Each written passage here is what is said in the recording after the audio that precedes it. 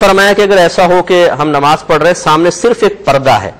اور پردے کے پیچھے کچھ لوگ بیٹھے ہوئے ہیں، تو کیا اب یہ شخص جو نماز پڑھ رہا ہے یہ گناہگار ہوگا؟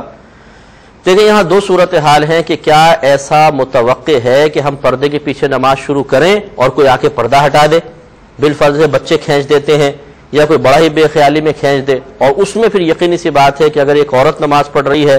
سامنے نامحرم بیٹھے ہوئے ہیں، تو کیا کیفیت اور کیا حالت ہوگی،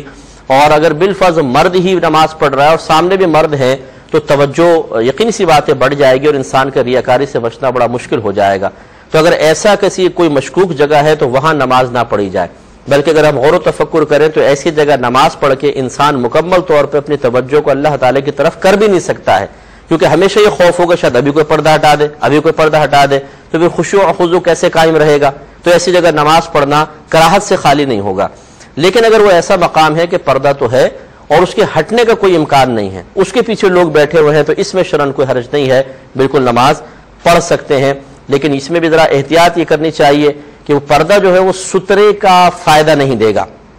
تو اگر پردے کے سامنے سے مثلا دروازے کے سینٹر میں نماز پڑھنا شروع ہو گئے، سامنے پردہ ہے، اس کے سامنے سے وہ گزرے گا تو وہ گناہگار نہیں ہوگا، یہ نمازی گناہگار ہوگا، کیونکہ بہرحال وہ اس کے سامنے سے گزر رہا ہے۔ اور پردہ جو ایک شرعی سترہ ہوتا ہے، سترہ اس چیز کو کہتے ہیں کہ جس کو نمازی آگے رکھ لے تو اس کے پار سے کسی کا نمازی کے آگے سے گزرنا جائز ہو جائے،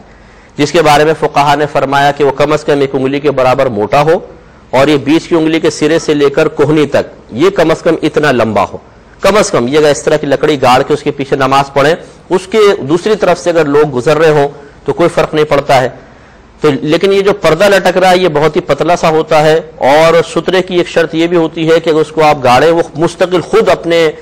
مطلب بوجھ پر اپنے طور پر قائم رہ سکے، گرے نہیں۔ لہٰذا آپ لاٹھی کھڑی کر کے اس کو یوں چھوڑ دیں اور نماز پڑھنا شروع کر دیں، وہ خود ہی گرے گی، وہ سترہ نہیں بن سکتی۔ ایسی یہ پردہ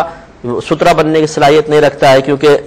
ڈوری سے بندھا ہوا ہے، اور دوسری بات یہ ہے کہ یہ بہت ہی پتلا قسم کا ہے، سترے کی مقدار پوری نہیں ہو رہی، تو پھر بہرحال سامنے سے کسی کے گزرنے کا اندیشہ ہو تو پردے کے پیچھے بھی صحیح نہیں ہے۔ خلاصہ کلام یہ ہوا کہ پردے کے پیچھے نماز پڑھنا اس وقت بلا کراہت جائز ہوگا کہ جب کسی کے سامنے سے گزرنے کا اندیشہ بھی نہ ہو اور پردے کا ہٹنے کا بھی اندیشہ نہ ہو، تو پڑھ سکتے ہیں، ورنہ احتیاط کریں۔ یہ کہتی ہیں کہ پہلے